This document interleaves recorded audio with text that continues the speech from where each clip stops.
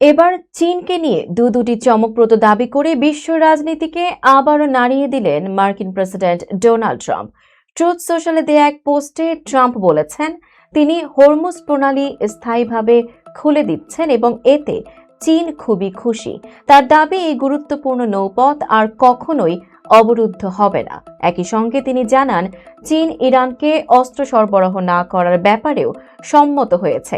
এ নিয়ে ট্রাম্প আরও বলেন তিনি সরাসরি চিঠি লিখেছিলেন চীনের প্রেসিডেন্ট শি জিনপিংকে। জবাবে শি জিনপিং নাকি আশ্বস্ত করেছেন চীন ইরানকে কোনো ধরনের অস্ত্র দিচ্ছে না।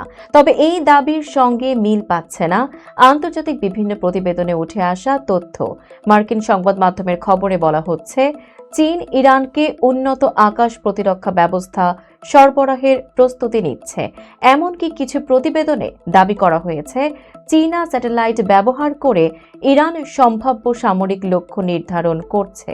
অন্যদিকে চীনের পররাষ্ট্র মন্ত্রণালয় বারবার এসব অভিযোগ অস্বীকার করে বলছে তারা কোনো সামরিক সহায়তা দিচ্ছে না। একদিকে ট্রাম্পের দৃঢ় বক্তব্য, অন্যদিকে ভিন্নমুখী আন্তর্জাতিক তথ্য। এই পরিস্থিতিতেই নতুন করে প্রশ্ন উঠছে পর্দার আড়ালে আসলে কি চলছে। হরমুজ প্রণালী ঘিরে এই কূটনৈতিক টানাপোড়েন বিশ্ব রাজনীতিতে কতটা প্রভাব ফেলবে এখন সেটি দেখার বিষয়।